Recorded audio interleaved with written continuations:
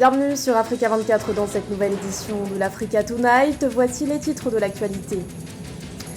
L'Occident accusé par le Premier ministre Abiy Ahmed d'instaurer un climat de peur en Éthiopie après l'appel lancé par de nombreuses ambassades relatifs au rapatriement de leurs ressortissants.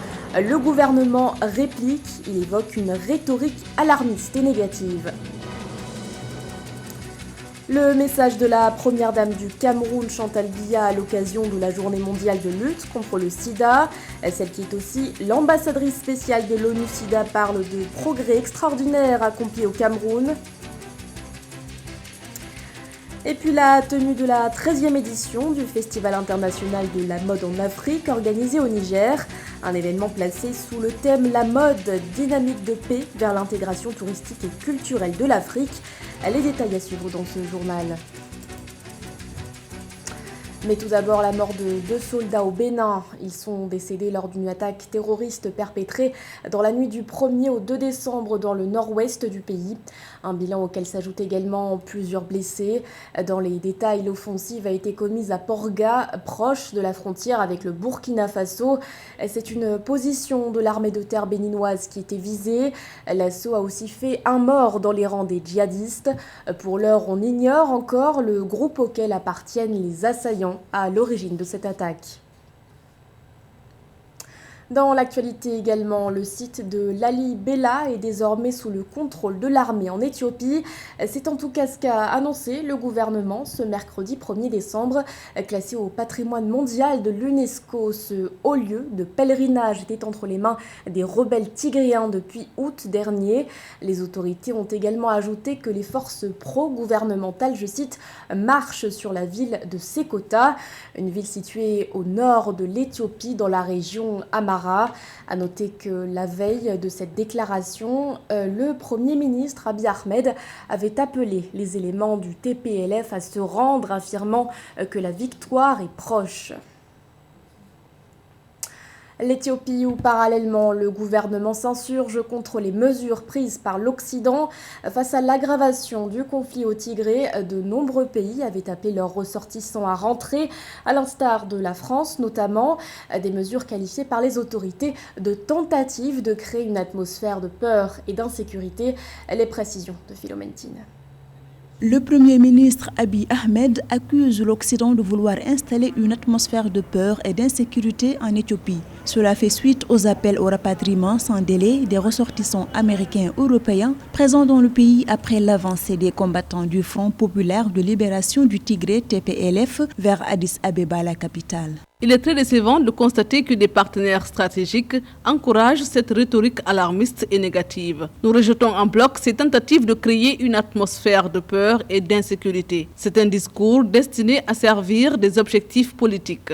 Alors que l'armée éthiopienne et les rebelles tigréens s'affrontent depuis plus d'1 an dans le nord du pays, le Premier ministre Abiy Ahmed, selon les médias d'État, s'est rendu à proximité de la ligne de front par 2 fois. Actuellement, on est en train d'assister à une guerre de communication puisque le Premier ministre Ahmed tend à pacifier les choses et à dire que les autorités ont le contrôle sur la région du Tigré et face au TPLF. En revanche, je ne pense pas qu'on puisse condamner les pays partenaires de l'Éthiopie de vouloir protéger leurs ressortissants en les rapatriant. Ce que l'on peut observer et regarder attentivement, c'est la position notamment chinoise puisque on sait qu'il y a 15 000 ressortissants chinois qui vivent en Éthiopie et jusqu'à présent, la Chine n'a pas bougé d'un doigt concernant leurs ressortissants. Le gouvernement éthiopien, dans des commentaires diffusés sur les médias d'État ce mercredi 1er décembre, affirme que Shewa, Mezezo, Molal, Shewa Robit,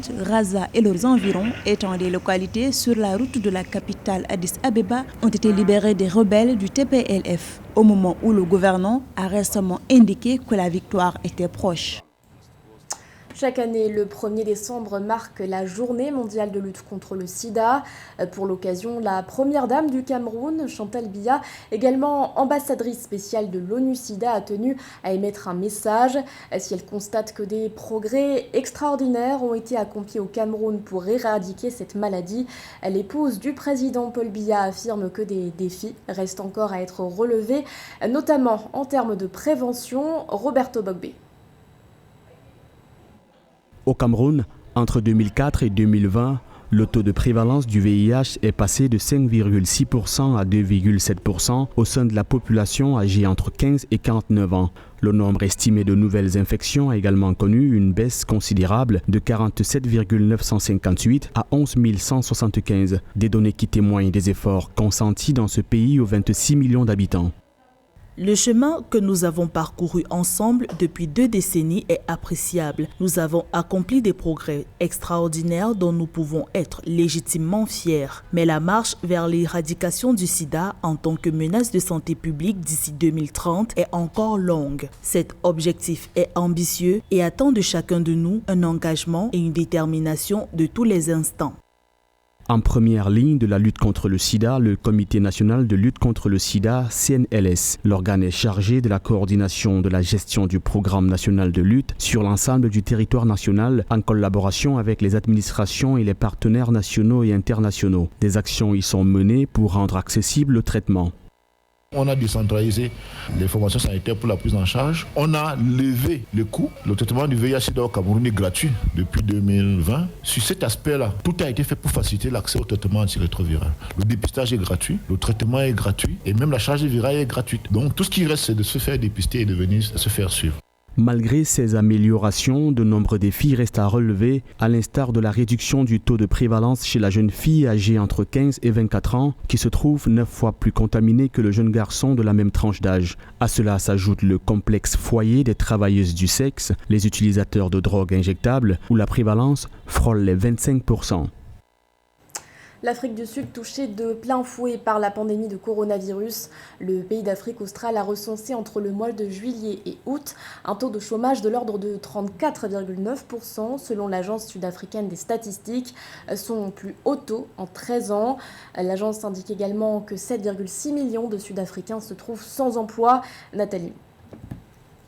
Les pertes d'emploi se multiplient en Afrique du Sud. Au 3e trimestre 2021, 571 000 licenciements ont été dénombrés dans le secteur formel. Conséquence, le taux de chômage atteint désormais 34,9% dans le pays. C'est un record jamais égalé depuis 2008 au regard des statistiques de l'enquête trimestrielle sur la population active. Des observateurs appellent le gouvernement à des mesures de crise face à la situation.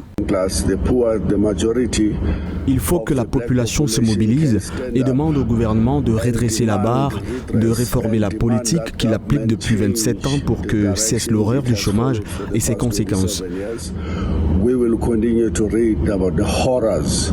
Les chiffres sont encore plus alarmants dans le segment des emplois jeunes. En Afrique du Sud aujourd'hui, 66,5% des jeunes sont au chômage. Selon des économistes sud-africains, cette réalité, qu'ils qualifient d'insoutenable, est une conséquence des émeutes de juillet 2021.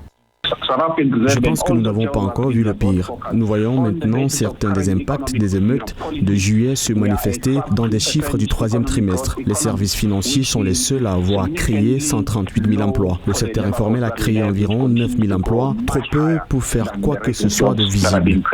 Selon l'Institut national des statistiques de l'Afrique du Sud, la population en âge de travailler a augmenté de 146 000, soit 0,4% au 3e trimestre 2021 par rapport au 2e trimestre 2021. Or, dans le même temps, le nombre de personnes non actives économiquement est en nette progression, évalué à 988 000 personnes, indiquent des chiffres officiels.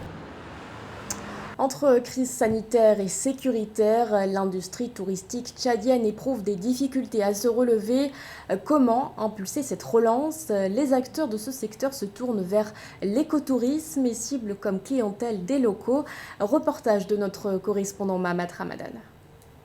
Au Tchad, le tourisme est l'un des secteurs les plus impactés négativement par la pandémie de Covid-19 et l'instabilité sécuritaire. Les principaux sites touristiques sont situés dans les zones déconseillées aux expatriés. Le nombre des touristes continue de décroître. Pour faire face à cette situation, les acteurs du secteur, en partenariat avec les autorités, promeuvent l'écotourisme au profit des locaux. Je suis vraiment ravie d'être ici. Nous sommes arrivés, le village nous a accueillis, le chef de village et sa population en général. Donc nous sommes vraiment ravis. Il nous a accompagnés, on a vu les roches, les magmas et puis ça nous aide quoi. Pour le promoteur de ce projet dénommé l'écotourisme et le vivre ensemble dans une cohésion sociale, Sem Seka, l'objectif est d'inciter les jeunes à découvrir les merveilles naturelles et culturelles de leur pays. Pour lui, la province du lac Tchad, par exemple, au-delà de sa réputation liée à l'insécurité, elle regorge des paysages naturels atypiques et des ressources touristiques uniques. Nous pensons, à travers ce projet, permettre aux étudiants de découvrir le Tchad profond, comme nous sommes là aujourd'hui, de connaître notre pays, de vendre les richesses que nous avons, qu'ils soient du patrimoine naturel ou culturel. Pour la première édition des incursions écotouristiques dans le village de Ousséré, situé dans la sous-province de Karal, les jeunes étudiants et élèves ont visité des rochers d'éléphants et ont échangé avec les habitants locaux sur les différents aspects de leur culture. Une initiative saluée par les autorités. L'actualité culturelle à présent avec l'ouverture ce mercredi du Festival international de la mode en Afrique au Niger. Un rendez-vous organisé dans la capitale Niamey et durant lequel les festivaliers pourront jusqu'au 5 décembre apprécier le savoir-faire africain. Expositions et concours sont notamment au programme. Reportage de notre correspondant Sadoualizé Mokhtar. La mode, dynamique de paix vers l'intégration touristique et culturelle de l'Afrique. C'est à travers ce thème qu'a été lancée la 13e édition du FIMA, Festival international de la mode en Afrique. La fête africaine de la mode se déroule cette année dans un contexte particulier de crise sécuritaire, liée à la menace djihadiste qui secoue la sous-région, d'où le choix du thème selon son promoteur. Le nord vient rejoindre le sud. C'est ce qu'on va voir aujourd'hui avec les ânes, avec les chameaux, avec tout ce que le Niger a de plus beau. C'est ce qu'on va voir pendant 5 jours. Notre ambition est de faire de la culture un élément fondamental dans la construction de la paix. C'est pourquoi cette année, le FIMA s'inscrit dans une nouvelle dynamique de construction, de consolidation de la paix, en mettant l'accent sur la question de la promotion du tourisme dans le contexte particulier que nous connaissons aujourd'hui. Le FIMA 2021 apporte plusieurs innovations. Une opportunité est offerte aux jeunes créateurs du pays de se faire connaître à l'occasion de la nuit nigérienne. Le programme prévoit également une nuit panafricaine qui permettra de découvrir et d'apprécier les talents exclusivement africains. À ces nouveautés s'ajoute également le menu habituel du FIMA, à savoir les défilés avec les grands créateurs africains, les concours de jeunes stylistes, de top modèles et de meilleurs artisans, maroquiniers et bijoutiers. Pour cette édition 2021, c'est la Côte d'Ivoire le pays invité d'honneur, d'où la participation d'une forte délégation venue de ce pays à ces festivités. La mode n'est pas qu'un vêtement ou qu'un objet. Elle vend une culture, présente une identité, raconte une histoire. L'Afrique a du talent. L'Afrique a beaucoup à montrer au monde. Revêtir le FIMA, c'est croire en l'union, à la diversité comme richesse irrécusable de notre continent. C'est d'ailleurs la raison pour laquelle nous ne célébrons pas la mode africaine, mais les modes africaines. En 23 ans, le FIMA a œuvré pour la promotion de la mode et du tourisme. Créé en 1998 avec la première édition organisée dans le désert de Tigrit au nord Niger, le FIMA est une rencontre de talents de la mode africaine et des autres continents. Il se tient sur les sites naturels remarquables, dont certains sont même classés par l'UNESCO, comme les falaises de Tigrit, les rives du fleuve Niger, les plateaux Batéké en terre gabonaise, entre autres. Ce journal a été réalisé par l'ensemble de la rédaction. Merci de votre fidélité. L'actualité continue sur Africa 24.